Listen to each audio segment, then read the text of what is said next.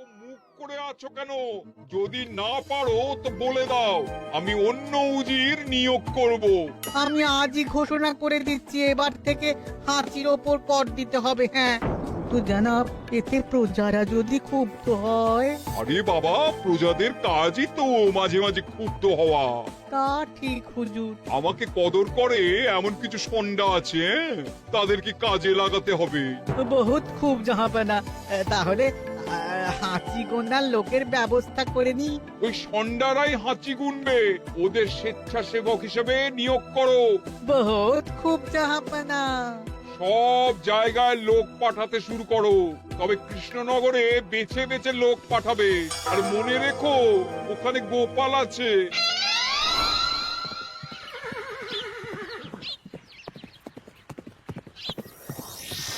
সব জায়গায় কর আদায়কারী পাঠিয়ে দেওয়া হয়েছে জাহাপানা। আপনার কথা মতো তাদের বলে দেওয়া হয়েছে যে আদায় হওয়া করের 10% তাদের বেতন হিসেবে দেওয়া হবে। সুতরাং কর আদায়ে কোনো ঢিলেমি হবে না। বহুত আচ্ছা, বহুত আচ্ছা।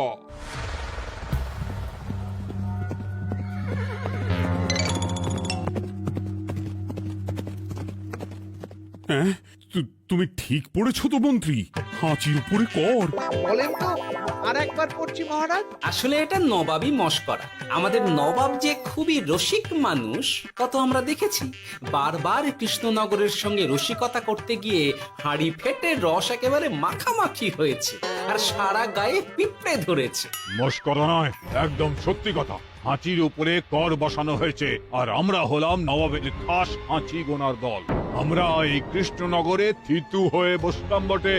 এবারে হাঁচি গুনবো আর মোহর আদায় করব। গোপাল, তুমি কি বলো? সর্দার, তোমাদের এখানে আসা একেবারেই লোকসান হয়েছে। কেন মশাই? আচ্ছা, আপনি গোপাল? না না, আপনার কোনো কথাই শুনবো না। আমাদের পই পই করে বলে দেওয়া হয়েছে, গোপাল হইতে সাবধান। সর্দার, আমি তোমাকে সাবধান হতেই বলছিলাম। হাঁচি ধরতে গেলে তোমাদের খুব সতর্ক থাকতে হবে, কারণ এই কৃষ্ণনগরের বাসিন্দাদের শরীর স্বাস্থ্য এত ভালো যে এখানে কেউ হাঁচে না, কাশে না, ঢেকুর তোলে না, ইয়ে করে না। বলেন কি মশাই? এটা তো নবাবকে জানাতে হচ্ছে। যাও যাও, এক্ষুনি মুর্শিদাবাদে ফিরে গিয়ে নবাবকে জানাও। ওরে, কেউ এদের যাওয়ার ব্যবস্থা করে দে। ওই তো হেঁচেছে। হাঁচি এক, পুরো এক মোহর। হাঁচি দুই, দুই মোহর। আরে, এটা তো হাঁচির বাচ্চা, এটা তো ধরলে চলবে না। কেন? হাঁচি হলেই তো হলো। কি করব সর্দার, লিখবো? দেখ, একবার গুনে যখন ফেলেছি পুরো ছাড়তে পারবো না। আধমোহর লেখ। এটা কাশি, কাশিতে কোনো করের কথা নেই। ওরে লেখ লেখ লেখ লেখ লেখ। হাঁচি তিন, পুরো এক মোহর। হাঁচি চার,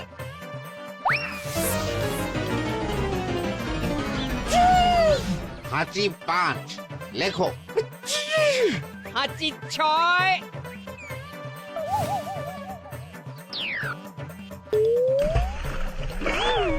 যা।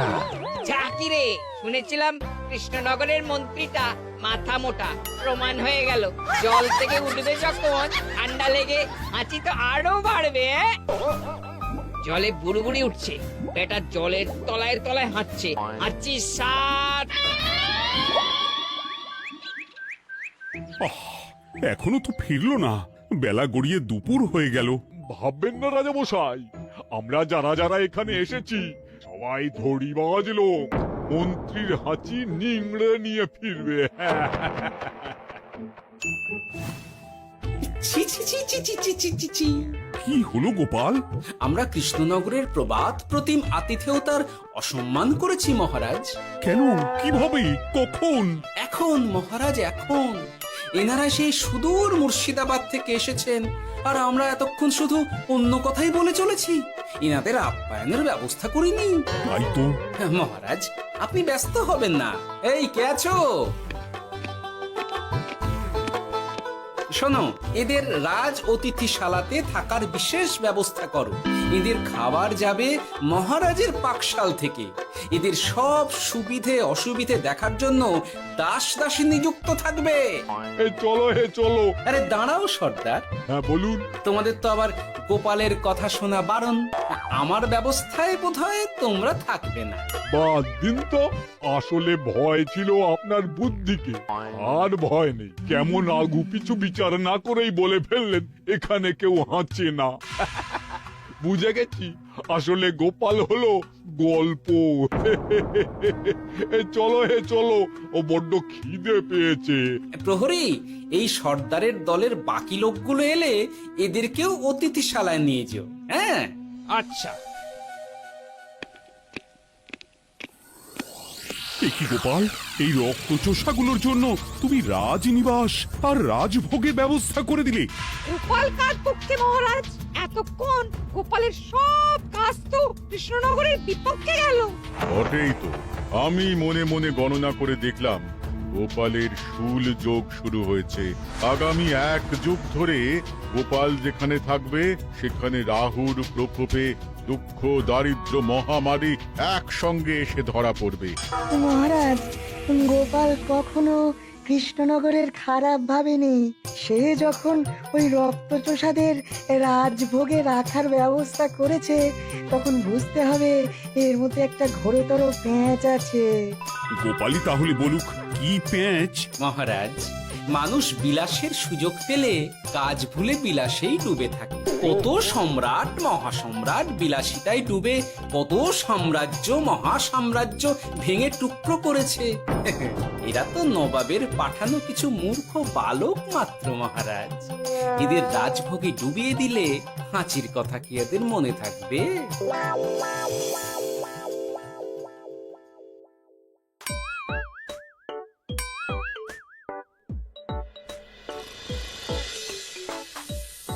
কি ব্যবস্থাপনা সব ঠিক আছে তো? হ্যাঁ হ্যাঁ, খাসা ব্যবস্থা হয়েছে। আপনারা আমাদের অতিথি বলে কথা, আরাম করুন।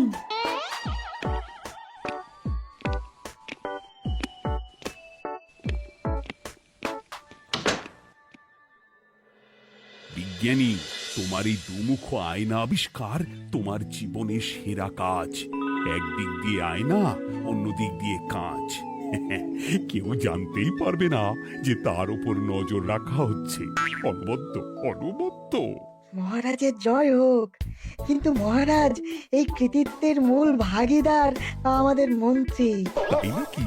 হ্যাঁ মহারাজ, মন্ত্রীর দুমুখ কাজকর্ম দেখেই দুমুখ আয়নার কথা আমার মাথায় আসে। মুখ সামলে কথা বলো বিজ্ঞানী।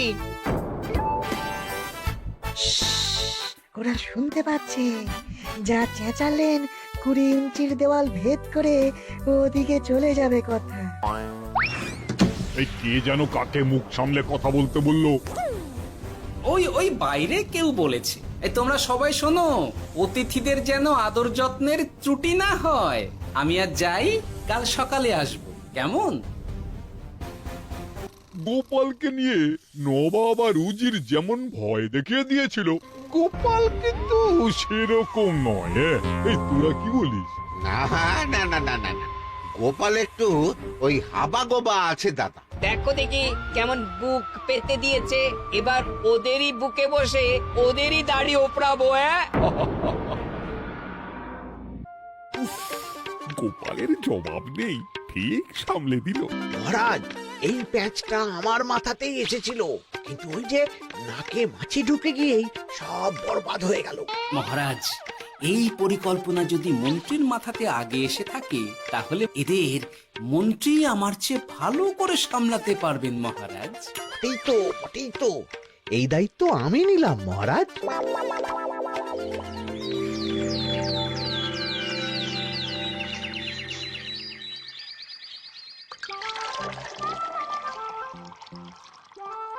আহা, সকালে ঘুম থেকে উঠে এই রকম বেলের পানা যেন স্বর্গের অমৃত। আছে আছে, আরো আছে। পানীয়, খাদ্য, আরাম, আয়েশ, যত চাও তত পাবে। এ কি, আপনি গোপাল কোথায়?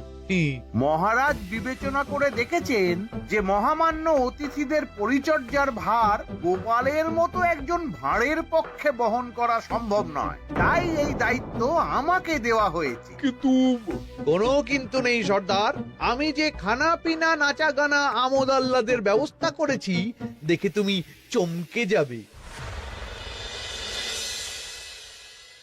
দেখা নয় বিজ্ঞানী, এবার শুধু কাজের সময়।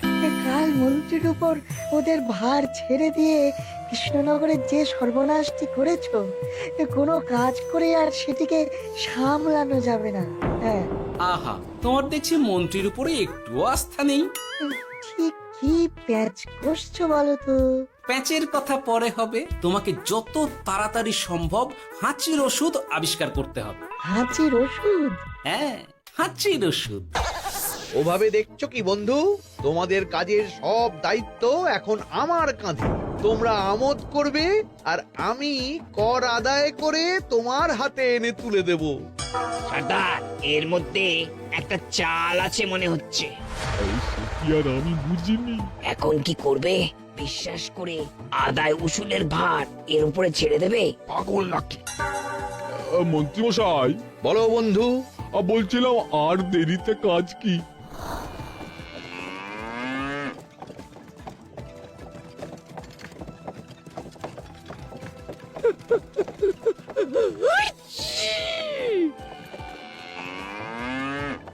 মন্ত্রী, লেখো হাঁচি এক।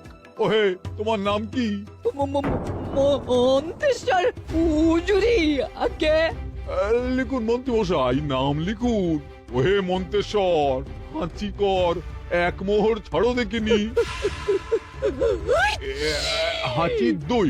আরে যাও, দৌড়ে গিয়ে দু মোহর আদায় করে আনো। ওরে, তোরা সব কৃষ্ণনগরের কোণে কোণে ছড়িয়ে পড় দেখি, একটা হাঁচিও যেন বাদ না পড়ে। হ্যাঁ,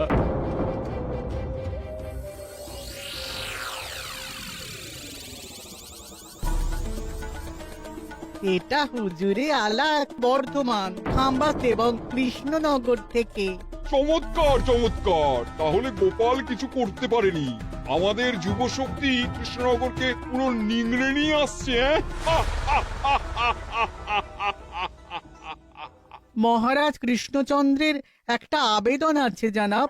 এই হাঁচি করের 30% যদি ওই রাজ্যকে দেওয়া যায় তাহলে আদায় উসুল আরো ভালো হবে।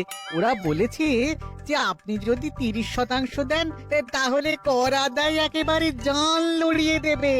মঞ্জুর মঞ্জুর। আর একটা আর্জি আছে হুজুর, কৃষ্ণচন্দ্র কদিন বাদে নবাবকে কৃষ্ণনগরে আমন্ত্রণ জানিয়েছে। কেন? কৃষ্ণনগরের নবাব এবং তার উন্নয়ন উপলক্ষে এক মহোৎসব হবে। সেই সঙ্গে শহরে থাকা ইংরেজদের কাছেও নবাবের সৈন্য বলের এবং নবাব ও কৃষ্ণনগরের মধ্যে পারস্পরিক ভ্রাতৃত্বের সম্পর্কের বার্তাও পৌঁছে দেয়া যাবে। নবাবের অধীনস্থ রাজারা নবাবের শত্রু, এই রকম একটা ধারণা থেকে ইংরেজরা ইদানিং বেপরোয়া হয়ে উঠেছে, তাতে লাগাম উঠবে। বহুত খুব, মঞ্জুর মঞ্জুর মঞ্জুর।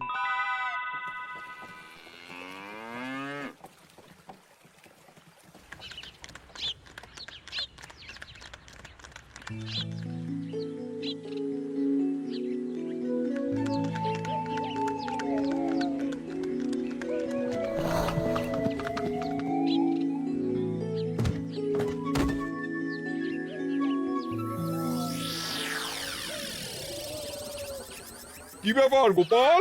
জাহাপনা, বলুন কি খিদমত করব? আমি যা বলবো তাই করবে। অবশ্যই জাহাপনা। क्या बात উজির, তুমি সাক্ষী, মহারাজ কৃষ্ণচন্দ্র আপনিও সাক্ষী। গোপাল আমাকে কথা দিয়েছে আমি যা চাইবো তাই করবে। গোপাল, তুমি আমার সঙ্গে মুর্শিদাবাদ যাবে। এখন থেকে আমার দরবারের বিদূষক হিসেবে থাকবে, কেমন? ওরে ওরে ওরে ওরে ওরে, তোরা বাজনা বাজা। এখন থেকে গোপাল আর কৃষ্ণনগরের নয়, গোপাল মুর্শিদাবাদের। চড়ছে বাজা।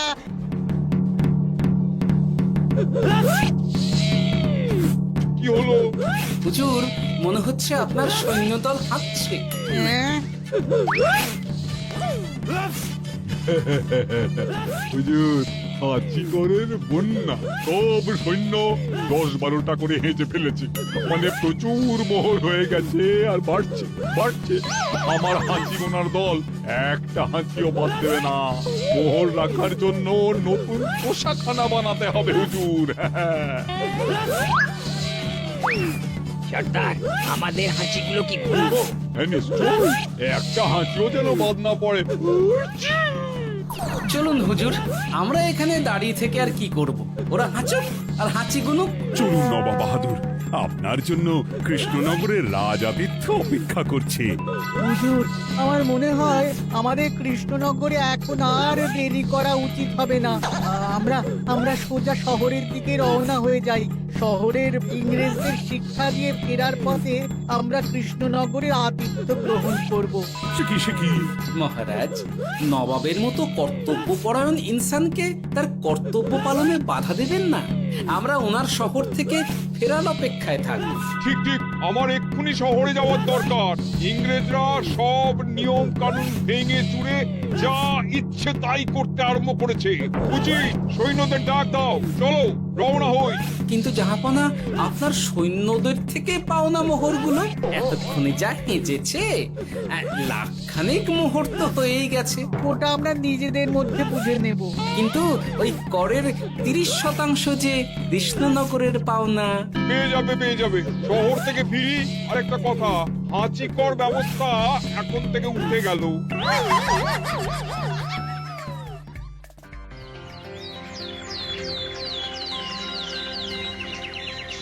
মহারাজ, কিভাবে গোপাল ভাঁড় মহাশয় নবাবের উন্মাদের মতো জারি করা ওই হাঁচিকর থেকে আমাদের সকলকে রক্ষা করেছেন তা আমরা সকলেই জানি। খাম্বাজের তরফ থেকে তাই গোপালকে সামান্য উপহার।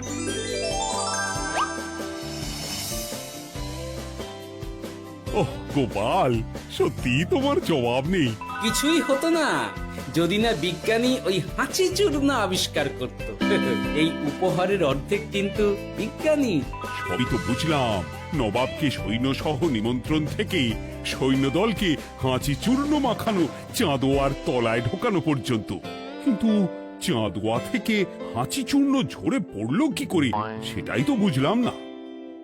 এটা তুমি বলো বিজ্ঞানী। শব্দের বাতাসে কম্পন তৈরি হয়। গোপালের হাততালিতে আমার ঘরের শাড়ি থেকে হাঁচির জন্য ঝরে পড়েছিল। এখানে চাঁদোয়া থেকে ঝরে পড়েছিল বাজনার শব্দে। কি ব্যাপার বিজ্ঞানী, তুমি এখন ছেলে খেলা করছো?